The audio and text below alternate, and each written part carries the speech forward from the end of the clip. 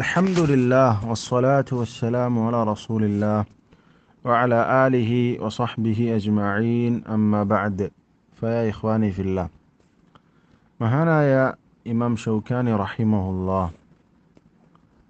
Muhammad bin Ali അഷൗക്കാനി റഹിമഹുല്ലാ മഹാനായ പണ്ഡിതനാണ്. അദ്ദേഹം ഹിജ്റ 1250 വഫാത്താകുന്നത്. ഏകദേശം 200 വർഷങ്ങൾക്ക് മുമ്പാണ് അദ്ദേഹം വഫാത്താകുന്നത്.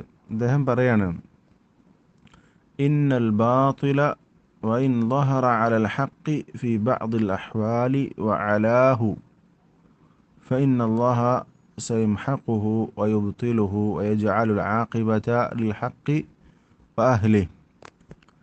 إن الباطل തീർച്ചയായും അസത്യം, ബാത്തിൽ, وإن ظهر على الحق في بعض الأحوال ചില സന്ദർഭങ്ങളിൽ ഹക്കിൻ്റെ മുകളിൽ അത് അതിജയിച്ചു വന്നാലും, വഅലാഹു ഹക്കിൻ്റെ മുകളിൽ അത് ഉയർച്ചയിലെത്തിയാലും, فإن الله سيمحقه അല്ലാഹു തആല ബാത്തിലിനെ നശിപ്പിച്ചു കളയും.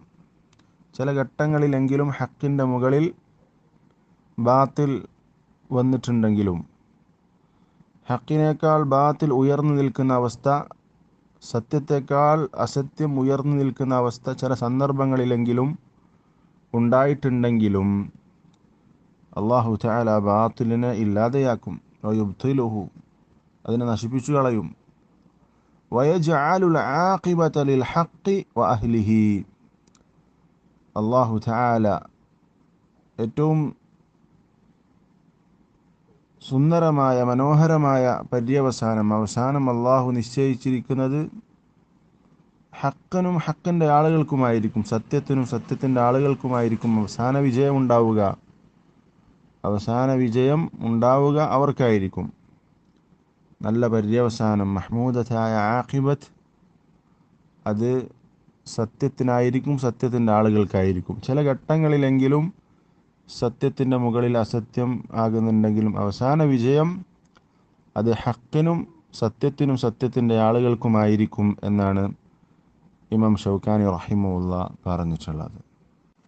അപ്പോൾ ചില ഘട്ടങ്ങളിൽ ബാത്തിലിൻ്റെ ആളുകൾ മികച്ചു നിൽക്കുന്നത് കാണുമ്പോൾ നമ്മളതിൽ പ്രയാസപ്പെടേണ്ട കാര്യമില്ല. അവസാന വിജയം അല്ലാഹു തആല ഹക്കിനും ഹക്കിൻ്റെ ആളുകൾക്കുമാണ് നിശ്ചയിച്ചിട്ടുള്ളത്.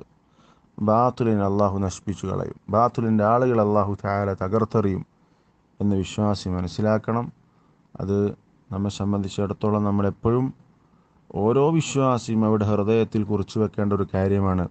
അവസാന വിജയം ഹക്കിനായിരിക്കും, സത്യത്തിനായിരിക്കും, സത്യത്തിൻ്റെ ആളുകൾക്കായിരിക്കും എന്ന് മനസ്സിലാക്കുക.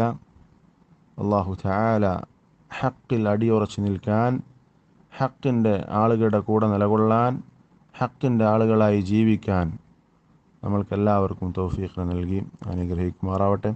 അസ്സലാമു അലൈക്കും വറഹ്മത്തുള്ളാഹി വബറകാതുഹു.